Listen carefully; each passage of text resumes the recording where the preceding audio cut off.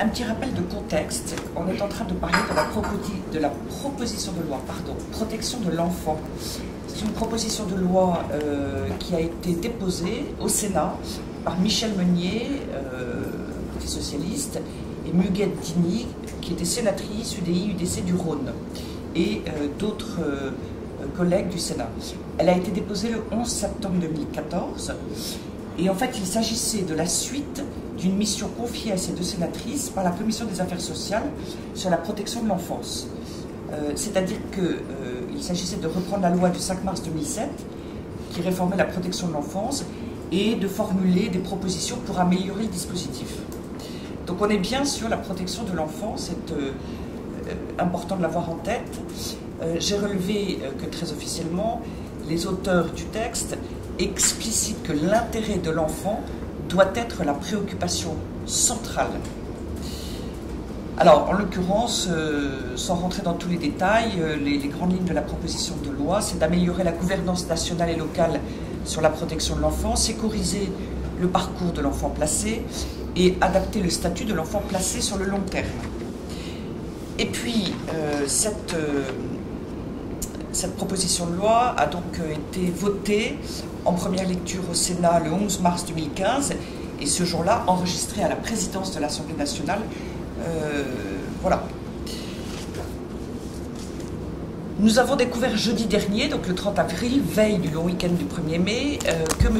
Erwan Binet, qui pour mémoire était le rapporteur de la loi Taubira, M. Erwan Binet a déposé un amendement qui vise, et je vais citer, à étendre la possibilité d'adopter aux couples liés par un pacte civil de solidarité et aux concubins des conditions similaires à celles applicables en application du premier alinéa de l'article 343 du Code civil aux couples mariés sont prévues. Donc, même condition que les couples mariés.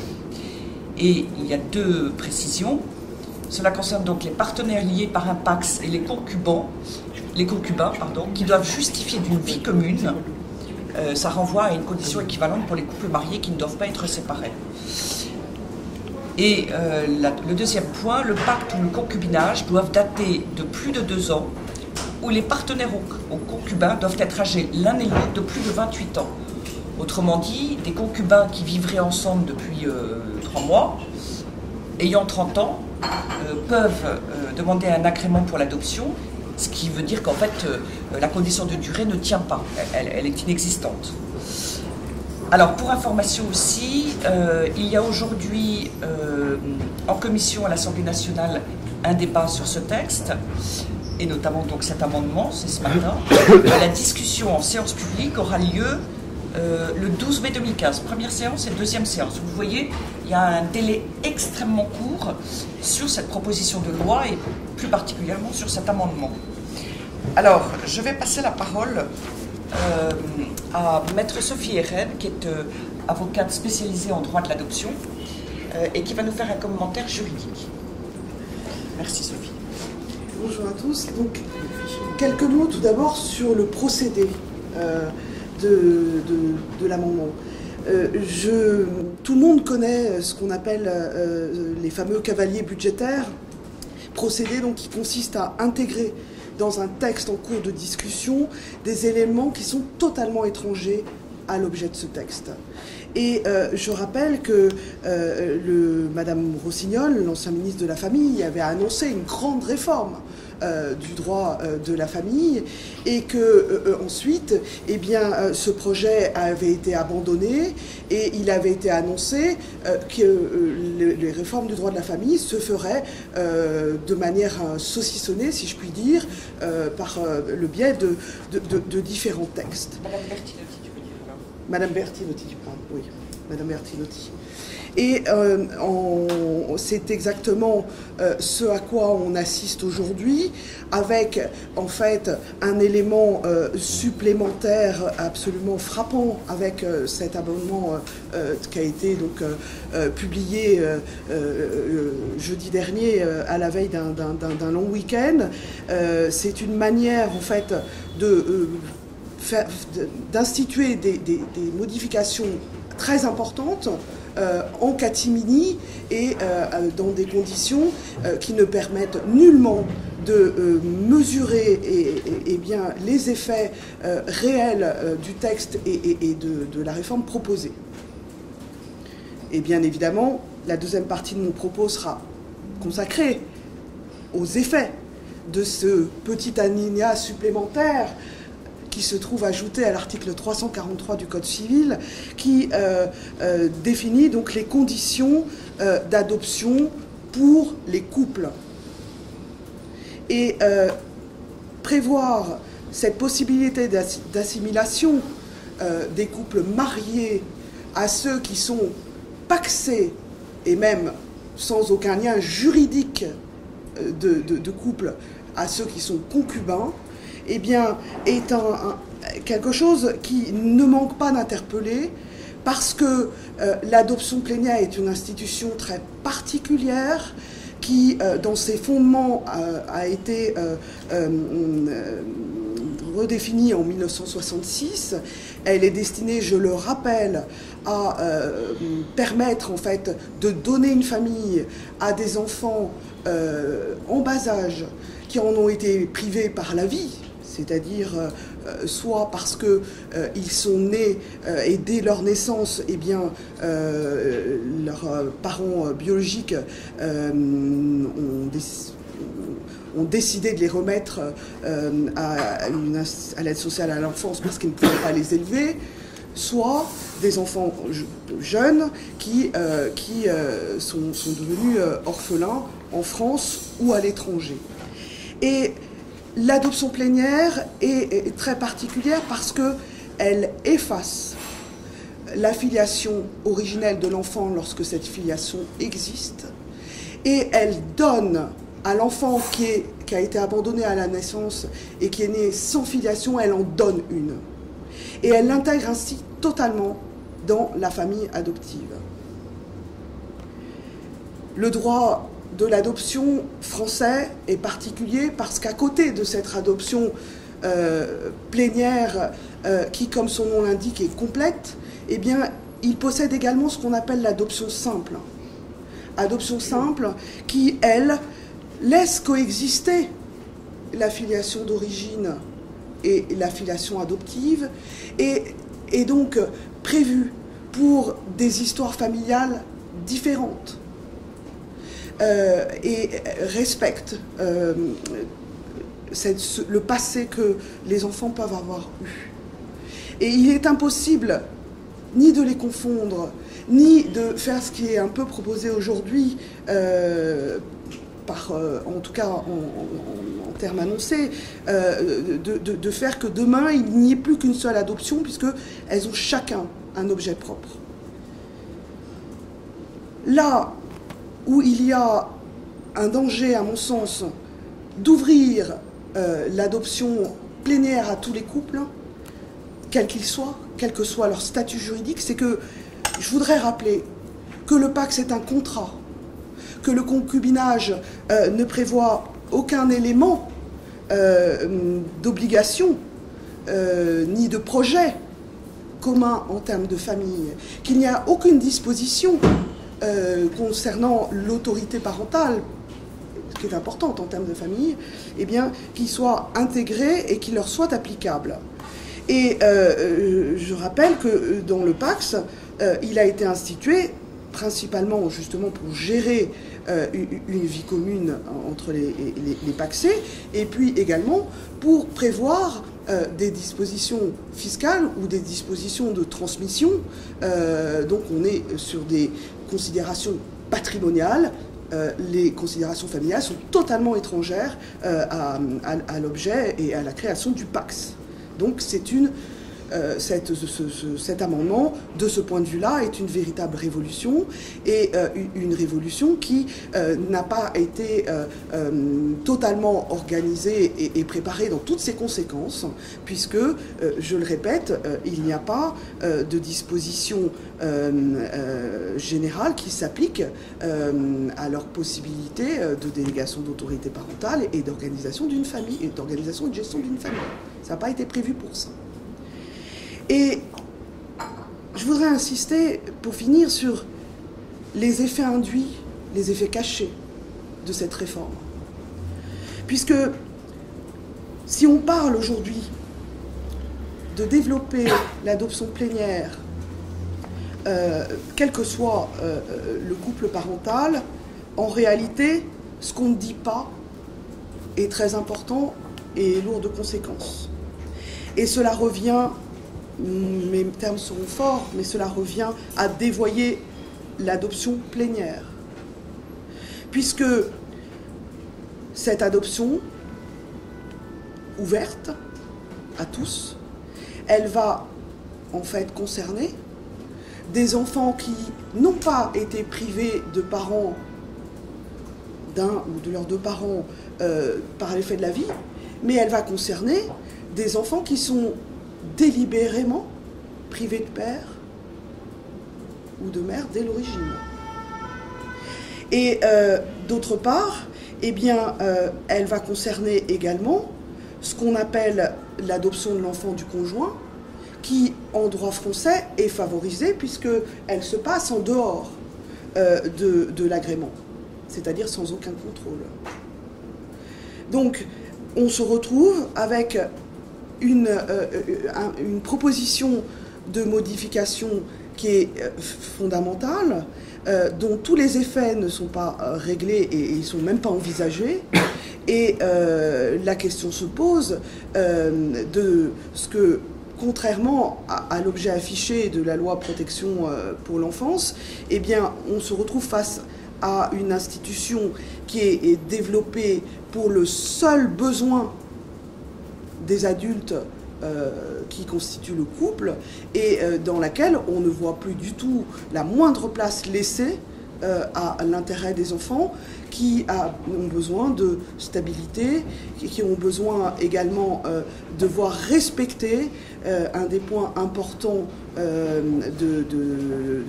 qui est consacré en droit français depuis la loi de 2002 sur le droit aux origines, mais qui est également consacré en droit international, avec notamment la Convention internationale des droits de l'enfant, ce fameux droit des enfants à connaître leurs parents biologiques, à connaître leurs parents de naissance et à être élevés par eux. Merci maître. Alors vous avez évoqué la question du privé de père ou privé de mère dans le cadre d'un pax ou d'un couple concubin de même sexe. Mais nous parlons d'une manière générale et puis après il y a, parce que le pax c'est dans 96% des cas des couples hommes-femmes, donc couple homme-femme ou couple de même sexe, cela pose problème. Et en plus après il y a le cas particulier des couples de même sexe que tu évoquais. Mais quel que soit le couple, nous sommes opposés effectivement à l'ouverture de l'adoption au couple concubin et paxé. Je vais passer la parole à Claude Vénaud, qui est la présidente de l'Agence européenne des adoptés et qui va nous parler des orphelins. Bonjour. L'Agence européenne des adoptés est une association qui regroupe des adoptés, des adoptants ou même des personnes qui seraient concernées par le sujet de l'adoption. Nous faisons suite au collectif Les Adoptés pour l'enfance qui s'est créé au moment de la manif pour tous et on vise à défendre l'intérêt supérieur de l'enfant adopté ou en voie de l'être. Ça signifie que nous sommes déjà intervenus devant les juridictions et notamment dans les affaires d'adoption après PMA parce que juridiquement l'adoption est au service de l'enfant, elle vise à lui redonner une famille lorsqu'il en a été privé par un accident de la vie. Alors évidemment, nous suivons dans ce cadre-là toutes les actualités législatives et nous avons découvert cet amendement un jeudi soir à 11h du soir. Alors nous nous posons une première question, est-ce qu'il n'y a pas assez de couples pour adopter, pour qu'on étende l'adoption, pour qu'on fabrique des enfants pour l'adoption aussi? Qu'est-ce qu'un enfant adopté? Alors nous avons parcouru ce texte et nous voyons avec joie qu'il s'agit d'intérêt de l'enfant, de droit de l'enfant, de stabilité de l'enfant, de son attachement à sa mère, de découverte en psychologie. Mais alors, si c'est ça, pourquoi proposer à des couples unis par contrat ou même pas, qui ne décident même pas de contracter, qui se retrouvent certainement pour de bons motifs, d'adopter un enfant? Une procédure qui est lourde sur le plan psychologique et qui est lourde sur le plan juridique. Alors on va revenir sur l'adoption. L'adoption, Maître Hélène en a très bien parlé, c'est un élément de droit. On ne peut pas être adopté sans un jugement d'adoption, c'est pas possible. Mais on ne peut pas être adopté sans qu'il y ait un aspect psychologique. Et on dit souvent, il y a un apparentement, j'adopte mes parents, ils m'adoptent. Mais que va-t-il se passer, que peut-il se passer chez les enfants adoptés? Pourquoi sont-ils plus fragiles? Pourquoi méritent-ils toute la protection de l'État? Alors, une remarque préliminaire. Je vais vous parler des troubles. Attention, ils ne sont pas cumulatifs, ils ne s'appliquent pas à tous les enfants. Je vais faire un catalogue pour que vous compreniez bien ce que c'est. Il ne s'agit pas de dire que l'enfant adopté a tous ces troubles. Il en aura certains, pas du tout. C'est extrêmement compliqué, comme tout ce qui est psychologique. Le premier trouble qu'on peut rencontrer chez l'enfant adopté, et on s'appuie pour cela sur une étude extrêmement précise, c'est un trouble identitaire. Qui suis-je? Je ne sais pas d'où je viens, je ne sais pas qui je suis. Comment je me place dans la lignée? Qui est ma mère?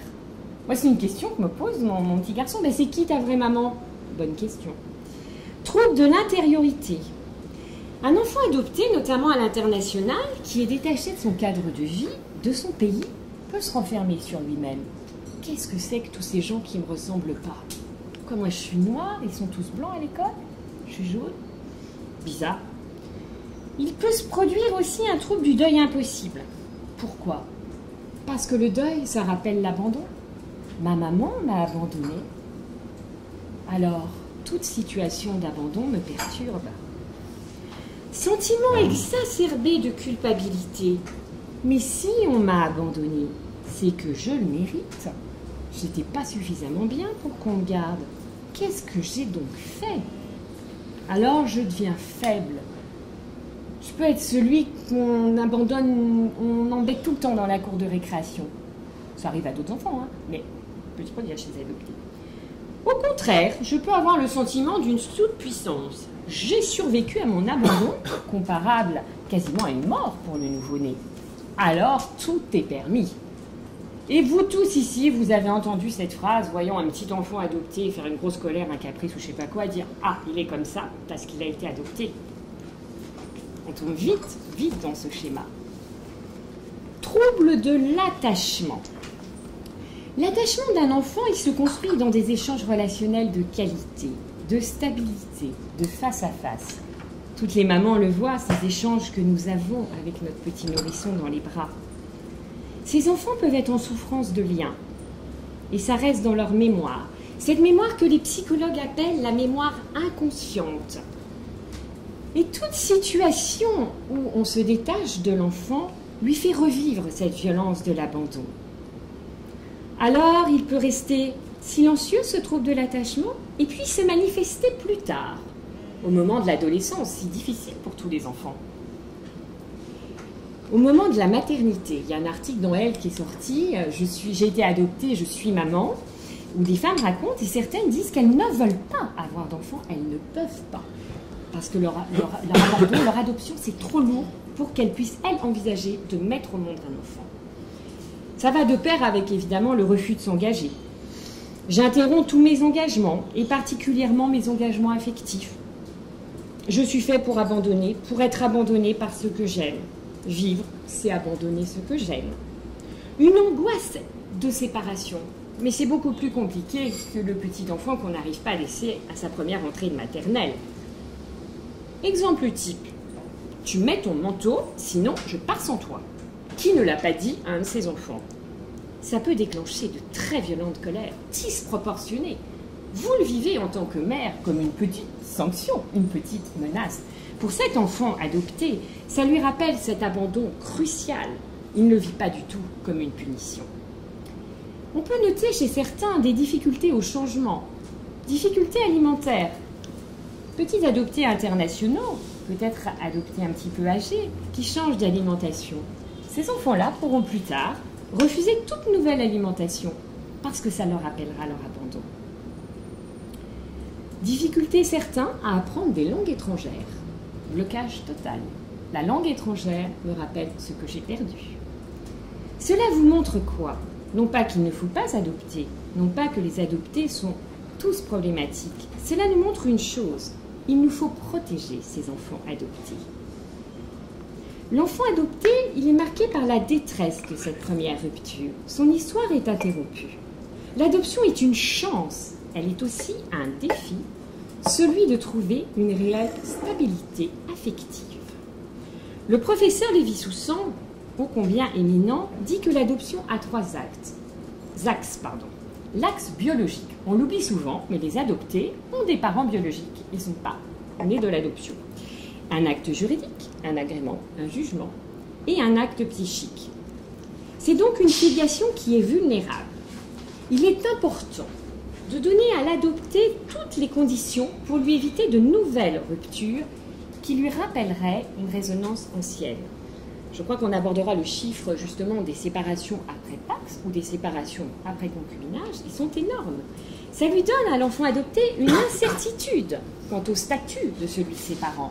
L'incertitude du statut de ses parents, c'est l'incertitude de l'enfant. Il la ressent. Michel Tabarot disait « L'enfant adopté a besoin encore plus de stabilité ». Jean-Marie Colombani, dans son rapport de 2007, dit « L'adoption doit exister que dans l'intérêt de l'enfant. Ce sont les droits et les intérêts de l'enfant qu'il faut promouvoir, s'élevant ainsi contre toute extension de l'adoption à des couples non mariés. » Parce que l'adoption n'est pas que biologique et psychologique, le droit doit respecter la sécurité juridique dont a besoin l'enfant. On voit là une déviance totale de notre gouvernement et de nos députés socialistes qui appliquent les théories de la sociologue Irène Théry. La sociologie, finalement, en décrivant des situations différentes, prend le pas sur la psychologie et le droit. Tout se vaut. Le Pacs reste un contrat à valeur patrimoniale, le contrat qui ne vise pas à la constitution de la famille. L'intérêt de l'enfant vise à ce qu'en cas de séparation de ses parents, l'intervention d'un juge soit garantie et qu'elle ne s'effectue pas sur des situations pathologiques cristallisées.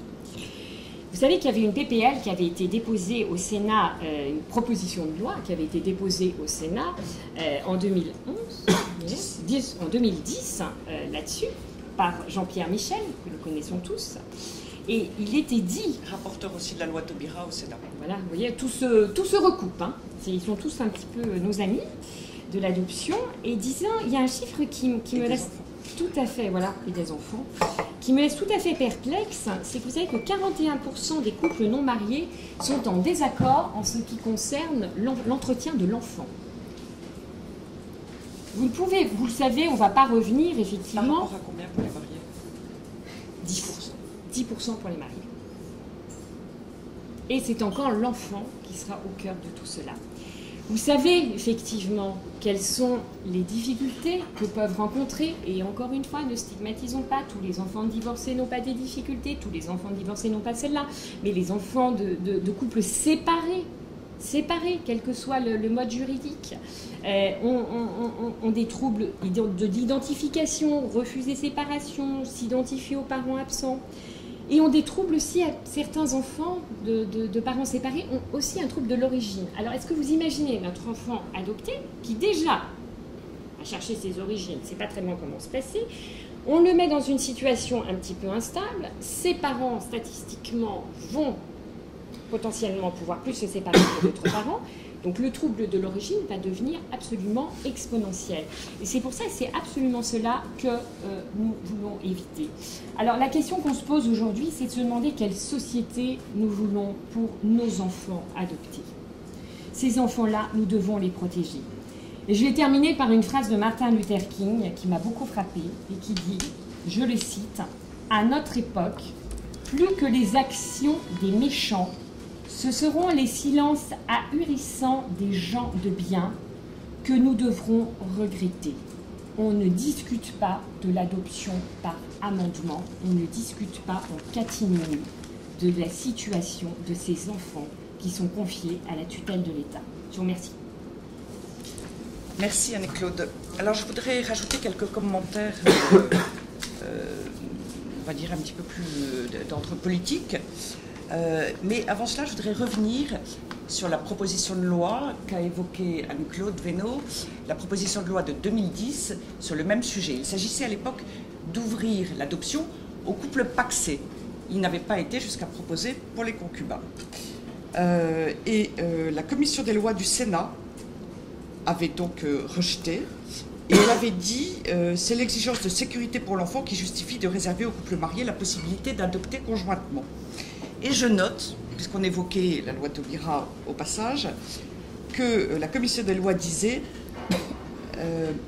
le PACS ne vise pas, contrairement au mariage, la constitution d'une famille. Ce que nous ne cessons pas de répéter depuis 2012, le mariage, c'est pour fonder une famille. Bref, voilà. En tout cas, ça avait été refusé d'une manière très nette, très claire et très simple. On pourrait dire c'est même du bon sens.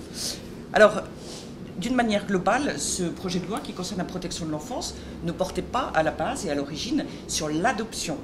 Cet amendement arrive tout d'un coup, il n'était pas prévu dans le sujet.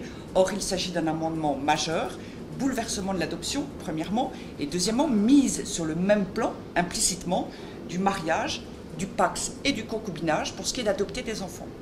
Ça aussi, c'est évidemment, cela a un sens extrêmement fort. Il y a vraiment ces deux axes.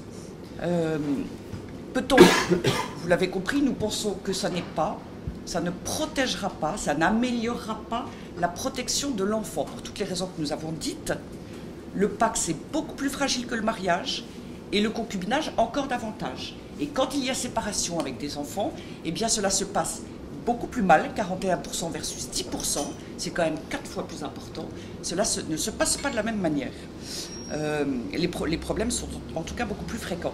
Ça n'est donc pas favorable à l'amélioration, c'est contraire à l'amélioration de la protection de l'enfant, objectif officiel de cette proposition de loi. Il n'y a pas eu d'études préalables, comme le disait Maître Eren. Il n'y a pas eu de débat public. Cela se fait en catimini. J'ai noté d'ailleurs avec intérêt que la LGBT se réjouit de ce petit pas en avant vers une filiation ouverte aux couples homosexuels, c'est-à-dire PMA-GPA. Il faut savoir qu'il y a en France 25 000 couples qui ont reçu un agrément pour adopter. Moins de 3 000 d'entre eux adopteront effectivement. Donc, comme le disait Anne-Claude, pourquoi étendre le droit à l'adoption dès lors que de toute façon il n'y a pas d'enfants à adopter? Il y a bien sûr derrière la PMA et la GPA, qui elles, dans le cas des couples homosexuels, privent l'enfant de père ou de mère. Je voudrais souligner aussi que M. Binet justifie en disant l'adoption, elle est de toute façon ouverte aux célibataires. Oui, c'est vrai. Eh bien, dans la situation actuelle, qui n'est plus celle de l'après-guerre, c'est une aberration. Puisque l'enfant qui est orphelin de père et de mère, en permettant l'adoption par un célibataire, on le rend une deuxième fois orphelin, de père ou de mère en l'occurrence. C'est une aberration de notre droit et c'est au contraire là-dessus qu'on devrait intervenir aujourd'hui. Ça n'est plus justifié par notre contexte démographique, historique, etc. Avant d'en finir, je voudrais souligner qu'on est ici, en réalité, dans le droit à l'enfant. Tout le monde a droit à un enfant. Tout le monde a droit à l'enfant. Il n'est pas possible de dire à quelqu'un non, vous n'avez pas droit à un enfant. On est dans une logique, dans une dérive qui fait de l'enfant un droit. Un enfant a besoin de parents quand il les a perdus, mais il n'y a pas de droit à l'enfant pour aucun couple. On est en fait dans la démagogie. On est dans la démagogie absolue, voire dans l'électoralisme. Plaire à une clientèle électorale. Et puis, je disais donc qu'il y a extrêmement peu d'enfants à adopter. Donc cela ne vise en réalité que dire en pas supplémentaire PMA-GPA pour tout le monde, quel que soit le contexte. Et on est, quoi qu'il arrive, déconnecté du réel de l'adoption. Quand on connaît les difficultés de l'adoption, quand on a vraiment réfléchi à ce qui concerne ces enfants, quand on connaît les études, toutes les études statistiques sur mariage, concubinage, PACS, on voit qu'on n'est pas dans la réalité, dans l'expérience humaine, et c'est pour ma part ce qui me choque le plus. J'ajoute que dans aucun pays au monde, nous avons fait une étude de droit comparé, dans aucun pays au monde, l'adoption n'est ouverte aux concubins. Elle est ouverte dans des conditions très strictes, mais en sachant que le concubinage dans ces pays-là est en fait sur contrat, avec des droits, avec des obligations également. Donc le concubinage tel qu'il est en France, totalement libre, sans aucun fondement, aucune déclaration, etc. obligatoire, eh bien l'adoption n'existe pas. Et c'est pour cela que dans le communiqué de presse de la Manif pour tous, nous avions écrit du jamais vu. Oui, c'est du jamais vu nulle part. C'est la déconstruction. C'est vraiment la déconstruction, pas à pas, étape par étape, une volonté de déconstruction, puisque nous espérons bien sûr que cet amendement sera retiré au cours des débats de ce matin à la Commission des lois.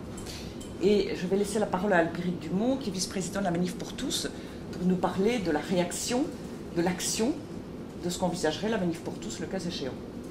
Alors, en réaffirmant ce matin donc, notre opposition à ce droit à l'enfant qui a été ouvert par notamment le texte du mariage pour tous, nous restons évidemment mobilisés sur ces sujets et voilà, nous nous réservons le droit de nous manifester sur la voie publique ou ailleurs dans les jours et les semaines à venir si cet amendement est maintenu, voilà, puisque notre combat pour les droits de l'enfant reste toujours d'actualité. Nous restons bien évidemment vigilants et mobilisés sur ce sujet comme il est logique puisque notre arme de cheval de bataille, qui est la gestation pour autrui, est elle aussi d'actualité. Nous attendons des décisions très importantes dans les semaines à venir et toujours aucune action de Manuel Valls qui, avant notre manifestation du 5 octobre, avait pourtant retourné sa veste et avait fait de très belles déclarations sur la protection de l'enfant, le refus de la marchandisation du corps de la femme et de l'être humain. Voilà, aujourd'hui nous attendons toujours des actes et nous restons sur le pied de guerre pour qu'il mêle à ces belles paroles des actes fermes et engageants pour notre pays.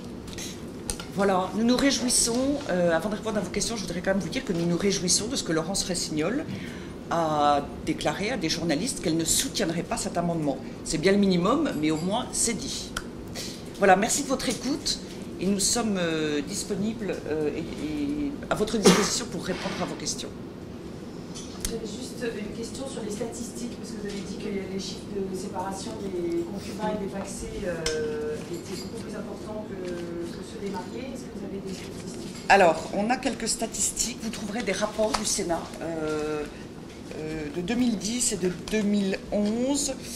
Alors c'est compliqué parce qu'en fait vous avez des dissolutions, les dissolutions de Pacs, elles peuvent être une séparation, qui est souvent la forme d'une répudiation dont les femmes sont victimes d'ailleurs. Le Pacs fragilise beaucoup malheureusement les femmes en particulier, passons. Mais il y a aussi des cas où le Pacs est dissous pour le mariage au contraire. Hein. Donc en tout cas, la durée moyenne du Pacs en 2011 est de 2,5 ans.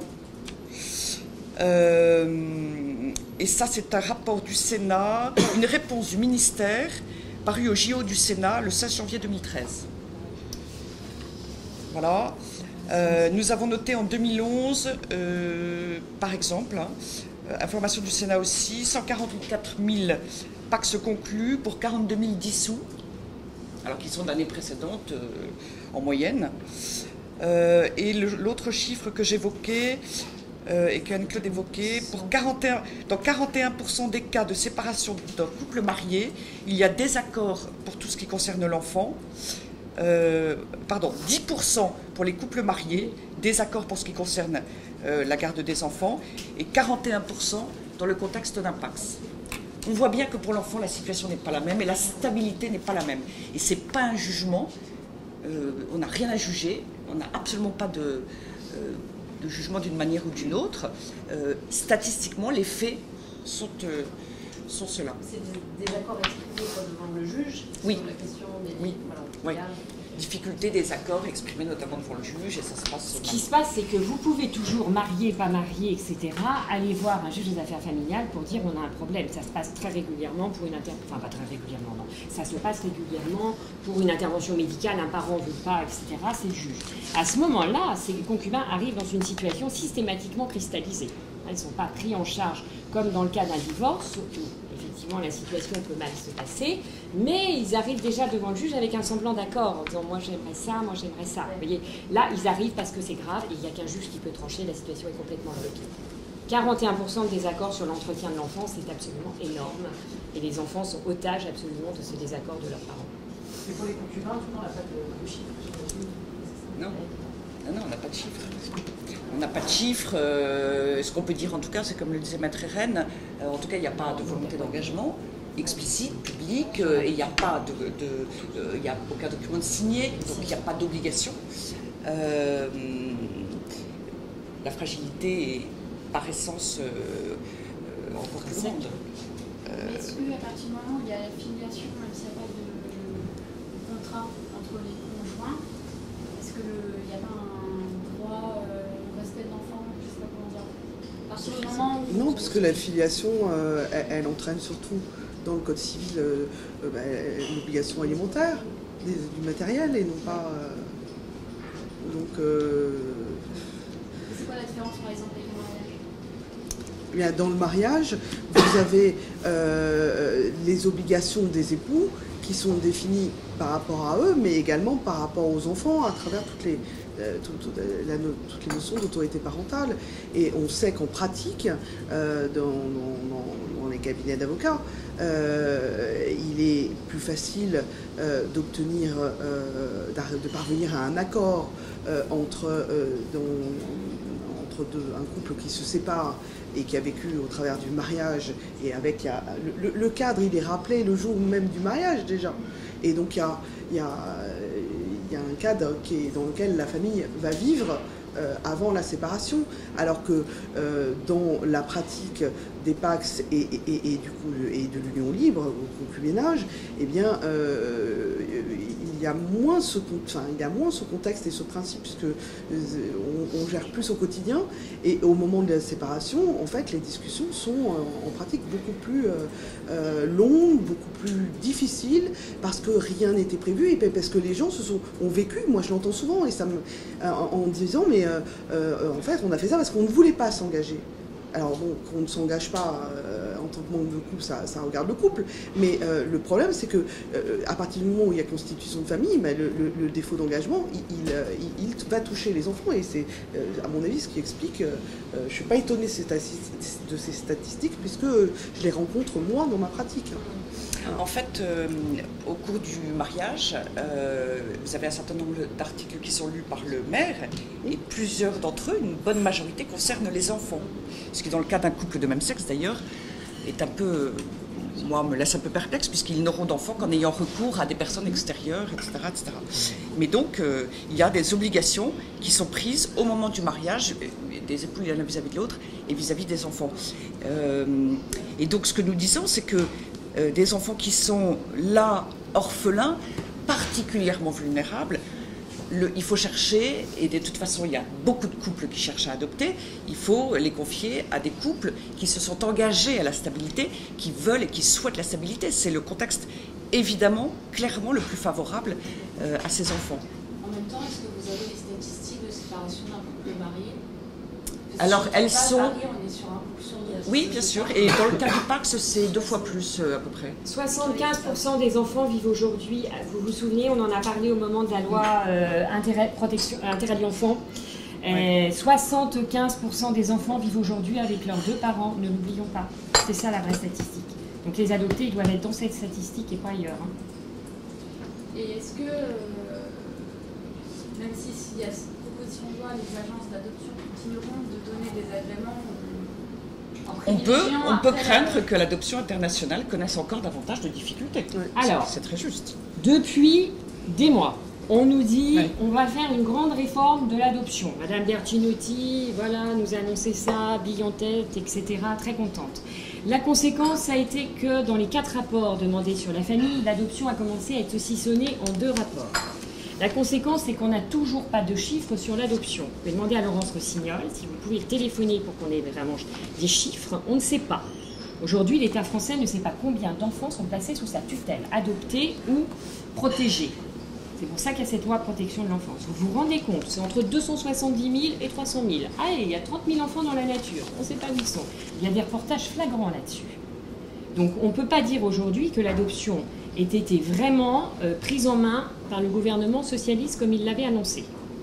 La première chose à faire, c'est à faire une loi que sur l'adoption, où on traite tous les problèmes de l'adoption. J'ai juste demandé sur ce projet de protection de l'enfance, prévoyait au départ une commission qui a été menée par les sénateurs. Vous pouvez Vous pouvez parler plus fort? vous lever. Merci. Merci.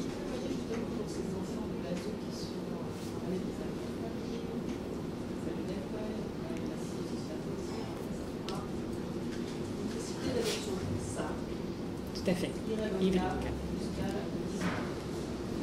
Ça va revenir dans les débats. Tu réponds? Tu dis qu'on s'y opposait ou c'est non? Alors, J'ai un- on est... Enfin, ce thème, c'est un thème récurrent depuis des dizaines d'années. Voilà. Donc, pour nous, c'est une fausse bonne idée. Pourquoi? Parce que, tout simplement, il y a d'autres moyens de conforter la situation de ces enfants qui sont donc en dehors, qui sont soit en famille d'accueil, soit en foyer. Premièrement, d'abord, de toute façon, avant de penser à développer l'adoption pour eux, il va falloir se poser la question et la gérer de leur adoptabilité, qui n'est pas... alors, eh bien justement, si les familles, l'adoption par les familles d'accueil est encore une adoption totalement dérogatoire, c'est une volonté politique aujourd'hui qui fait que, eh bien, on a interdit, j'ai eu connaissance on a connaissance de contentieux à ce sujet où on interdit à une famille d'accueil. C'est aberrant, mais on n'a pas besoin de réformer du tout l'adoption pour permettre l'adoption par les familles d'accueil, puisque c'est prévu par les textes et on est dans une dérogation analogue à celle de l'adoption par les enfants des enfants du conjoint, puisqu'on est en dehors de l'agrément, les familles d'accueil sont déjà agréées. Voilà. Donc, il est important de tout simplement, c'est possible, sans aucune réforme, sans aucun effet d'annonce, de se poser tout simplement la question au niveau institutionnel. Et c'est pour ça et c'est en cela que le projet de loi sur la protection de l'enfance était intéressant, parce qu'il y a, à mon sens, effectivement un problème de gouvernance et un problème de réforme nécessaire de l'action des services de l'aide sociale à l'enfance. Hein. On voit bien qu'il y a des dysfonctionnements, ils sont certains. Et là, sur la question donc de la stabilisation des enfants qui sont placés notamment en famille d'accueil, eh bien, elle peut être résolue tout simplement par une volonté et un examen de la situation des enfants. Rien n'interdit leur adoption aujourd'hui par une famille d'accueil. Voilà. Alors, c'est pour ça que je disais que le point de départ, c'était effectivement de s'interroger sur leur adoptabilité. Leur adoptabilité dépend de la déclaration judiciaire d'abandon. Il faut savoir que l'article 350 du Code civil, qui détermine donc les conditions de la déclaration judiciaire d'abandon, eh bien, ont déjà été réformées plusieurs fois pour faciliter ces déclarations judiciaires d'abandon. Puisque, vous savez, le grand scandale pendant très longtemps, c'est qu'il suffisait aux parents biologiques d'envoyer une carte postale par an au service pour dire on est là et bloquer la possibilité donc d'évolution stable de leur enfant en dehors d'eux. Alors, là encore, on a un équilibre à trouver. Équilibre pas seulement juridique, puisque, je le rappelle, il y a quand même ce droit à la connaissance des origines et au maintien des liens biologiques qu'il ne faut pas oublier. Parce que l'enfant qui a connu ses parents, ses enfants qui sont en institution ou en famille d'accueil de manière prolongée, ils les ont connus, ils ont eu cette première vie familiale, on ne peut pas l'effacer comme ça. Il faut aussi la respecter et essayer de l'organiser et de la gérer. Donc la déclaration judiciaire d'abandon est un acte grave qui doit qui peut, en l'état des textes aujourd'hui, être décidé par les tribunaux avec des éléments de dossier. Et il y en a qui sont régulièrement prononcés. Là encore, pas besoin de grandes réformes, à mon sens. Je voudrais rajouter que notre association est intervenue avec d'autres associations. L'Agence européenne des adoptés est intervenue avec d'autres associations auprès du Sénat pour obtenir la suppression de cet article qui a été justement supprimé. D'abord, ce n'était pas le texte où il fallait en traiter. La révocabilité de l'adoption simple doit être maintenue. Ces enfants qui sont en adoption simple, donc qui ont besoin qu'on maintienne le lien avec leur famille biologique, ce sont généralement le plus souvent des enfants âgés, dans une situation fragile. Il est très difficile de savoir si c'est le désir de la famille ou le désir de l'enfant. Il y a quand même un très gros conflit de loyauté. Vous savez, c'est des enfants difficiles à faire adopter. Plongez-vous dans les livres des psychologues qui les suivent certaines fois.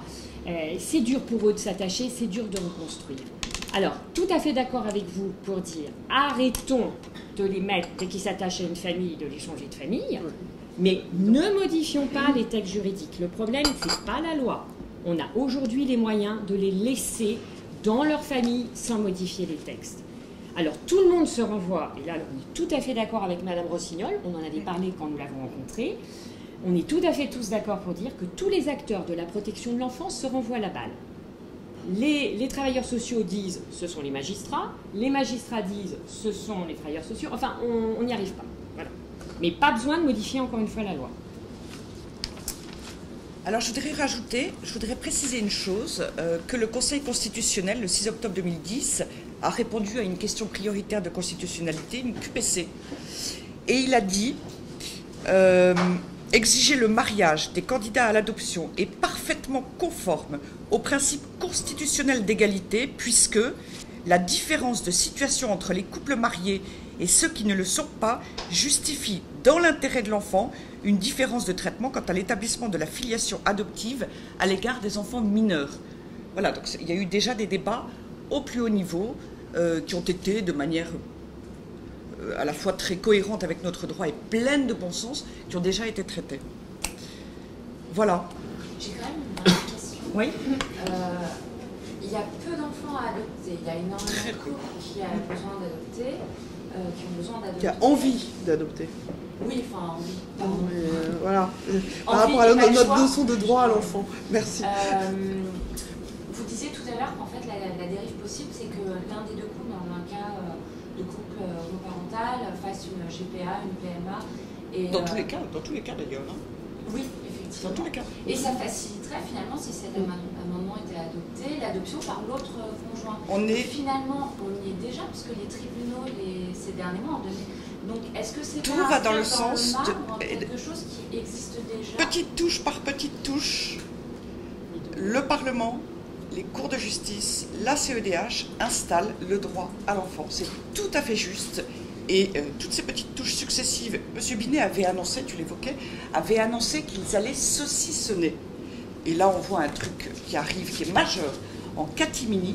Et vous avez raison, par petites touches, il s'installe un droit à l'enfant. On a droit à l'enfant. J'ai envie de vous dire, est-ce que c'est pas déjà trop tard? Mais non, parce que nous sommes devant la Cour de cassation, nous n'allons pas laisser tomber, et certains journalistes le savent. On est intervenu dans ces jugements d'adoption après PMA, nous allons enfin demander à la Cour de cassation, on attend, les conclusions vont être déposées cette semaine, de nous dire si oui ou non c'est un détournement de l'adoption, non pas une fraude à la loi, mais un détournement de l'adoption, d'adopter un enfant privé délibérément de père à l'étranger. La Cour n'a pas répondu à cette question. Ce qu'elle vous a donné en septembre, c'était un avis. Nous attendons une décision de cette Cour. Elle peut tout à fait revenir dessus. Et puis après, il y a les juridictions internationales. On n'a pas fini. Alors, moi j'ajoute que la gestation pour autrui a des conséquences tellement importantes pour l'enfant, pour la femme, pour notre humanité. C'est aussi une forme d'esclavage. Eh bien, pendant des siècles, il y a des gens qui ont justifié l'esclavage, qui ont réussi, qui ont osé justifier l'esclavage. Aujourd'hui, on justifie la GPA.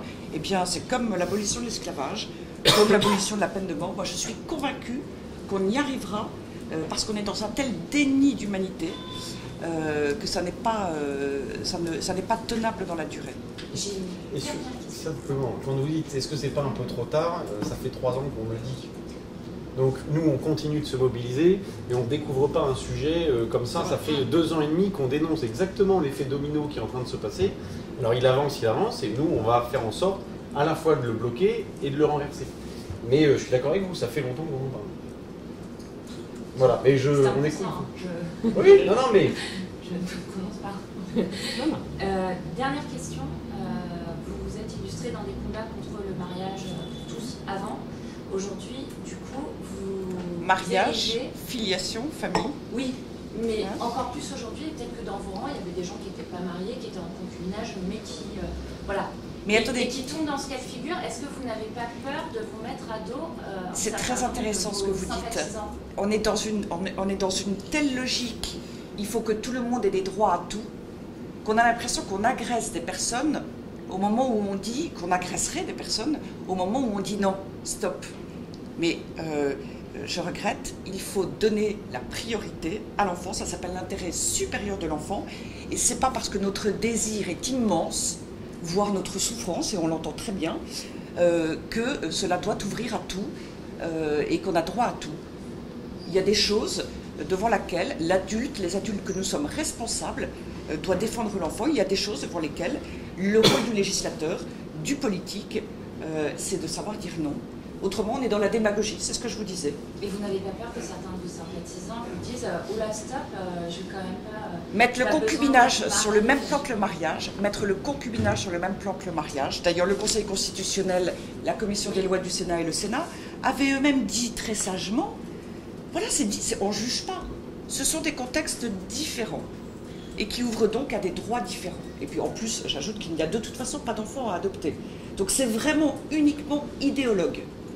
Monsieur Binet est dans l'idéologie la plus totale. Il n'est pas dans le réel. Et les enfants, ils piétinent les droits et les besoins de l'enfant. Et c'est la citation d'Irène Théry, le psychologique, alors qu'on est à l'époque de la psychologie, les souffrances humaines induites ou potentielles, ou qu'on favorise, on s'en fiche. On fait comme si elles n'existaient pas. C'est facile, comme on ne les voit pas. On peut dire aucune importance, rien ne se passe. Et d'ailleurs, sur la loi Taubira, on entend tous les jours dire en gros, le ciel ne s'est pas écoulé.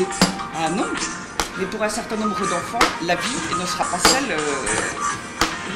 Excusez-moi, la vie ne sera pas celle qui est pourtant reconnue par la Convention internationale des droits de l'enfant, dont la France est signataire. Tout enfant a droit d'être élevé par son père et sa mère. Je peux rajouter. J'ai quand même l'impression qu'il y a beaucoup de pacsés ou de concubins qui se marient parce que l'enfant arrive. Ça reste quand même... J'aimerais bien qu'il y ait une étude qui soit faite sur le basculement vers le mariage. J'ai l'impression qu'il est très lié à l'enfant. Et la deuxième chose que je voudrais dire, n'oubliez pas que celui qui est porteur de la blessure d'abandon, c'est l'adopté. Ce ne sont pas les parents. Et c'est lui qui, toute sa vie, va devoir se construire avec ça. Et c'est le droit de l'enfant. D'abord, l'intérêt supérieur de l'enfant, ça veut dire qu'en cas de conflit d'intérêt, c'est l'enfant qui doit primer à chaque fois. Et c'est ce qu'on défend. On stigmatise personne, on rejette personne, mais on pense à ce petit enfant fragile qui va devoir se construire avec son abandon. Dans l'une des propositions de loi récentes qui a été votée à l'Assemblée nationale, mais qui n'a pas encore eu de suite, c'est la loi autorité parentale et intérêt de l'enfant. Au cours des débats, dans le cadre de l'Assemblée nationale, j'étais à la tribune, Madame Rossignol s'est fait interpeller 1 fois, 10 fois, 20 fois, 30 fois par les parlementaires qui lui disaient « Pourquoi vous ne dites pas plus intérêt supérieur de l'enfant ?» qui est vraiment le terme. Elle ne voulait pas dire pourquoi. Elle ne voulait pas dire pourquoi. Et elle a fini par dire un peu entre ses dents, parce qu'il y a d'autres intérêts en jeu.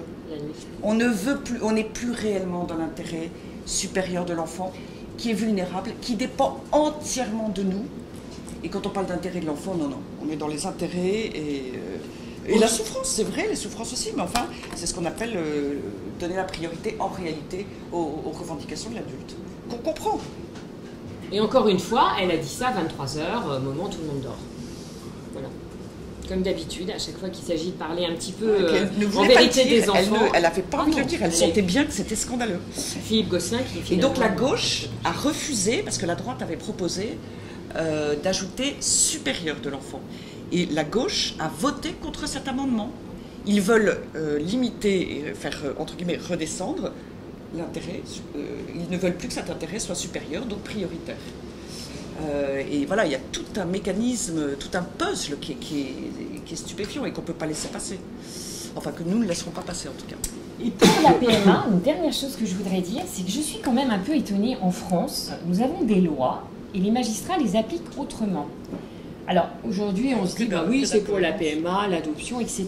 Mais demain, ça sera peut-être pour votre déclaration d'impôt. Vous aurez peut-être une loi qui vous dira que vous devez payer 2 000 €, et puis le juge, lui, décidera que c'est 3 000. Ça s'appelle un gouvernement des juges. Et c'est extrêmement dangereux en démocratie. Et aujourd'hui, ce qu'on a en droit de la famille, c'est exactement ça. C'est des magistrats qui décident d'aller à l'encontre de la loi. Parce que la loi française, elle interdit la PMA pour les couples de femmes. Donc ces enfants-là, on pouvait leur donner une sécurité juridique, c'est important, mais on n'avait pas appliqué l'adoption pour eux. Et du coup, qu'est-ce qu'on peut en faire de ces enfants Mais écoutez, qui existent déjà? ils ont un statut. On a l'impression qu'il y a une bande d'enfants fantômes. Les enfants fantômes, c'est les enfants de la protection de l'enfance. Alors ceux-là, ils sont fantômes. On ne sait pas où ils sont, les 30 000, ça affole personne. Ces enfants-là, ils ont une situation juridique. Maître Irène, pour vous en parler... Pourquoi ça ne pose pas de problème? Contrairement à ce qu'on dit, ils ont tout à fait une situation et un statut juridique. C'est du vent. C'est un argument de... Bref. Les actes de la vie courante peuvent être faits. Oui, tout à fait, parce que de toute façon, le partage de l'autorité parentale, dans ses aspects essentiels et quotidiens, il n'a pas besoin de loi, il doit se faire avec intelligence et avec cœur et avec pragmatisme. Pour donner à son conjoint non marié l'autorisation d'aller chercher à l'école, il suffit de remplir un mot dans le carnet de correspondance. Comme on n'en font les pas concubins, plus, d'ailleurs, voilà. c'est ce qu'ils font les C'est ça, concubins. mais bien sûr. Donc c'est vouloir légaliser à tout prix une relation qui doit d'abord être une relation d'intelligence, et j'allais dire d'intelligence du cœur, eh bien recèle beaucoup, enfin suscite beaucoup d'interrogations et interpelle, parce que là encore, ce sont les adultes qui cherchent à avoir une garantie, à avoir des droits sur un enfant, mais on ne demande rien à l'enfant et c'est pas forcément, et même souvent, contraire à son propre intérêt, puisque on va se retrouver très vite aussi sur des questions de multiparentalité à cause des situations, et du coup avec un enfant objet.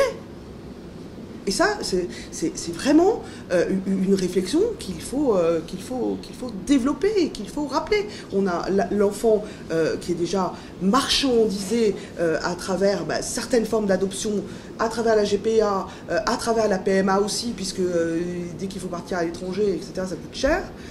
Eh bien, on l'a depuis... C'est important que la société lutte contre ça. Les enfants sont des êtres humains et à part entière. Voilà. Et c'est la société de les protéger. Je précise que les enfants nés de GPA ou d'une autre pratique artificielle ont, comme tout le monde, l'état civil et la nationalité de leur pays de naissance. Ce ne sont pas des apatrides, ce ne sont pas des fantômes. C'est comme si on disait toutes les personnes qui vivent en France, qui sont nées à l'étranger, sont des fantômes. C'est comme si on disait ça. C'est en fait absolument scandaleux, puis c'est incompétent en plus. Et ensuite, effectivement, ils n'ont aucun problème pour vivre sur le territoire français et ils acquièrent la nationalité française de facto. Donc c'est un faux problème. Et quel est le véritable enjeu de ces réclamations? C'est de faire inscrire la filiation voulue, telle que voulue par les parents, par les couples qui ont commandé des enfants. Le véritable enjeu est là. Et évidemment, on ne le dit pas publiquement.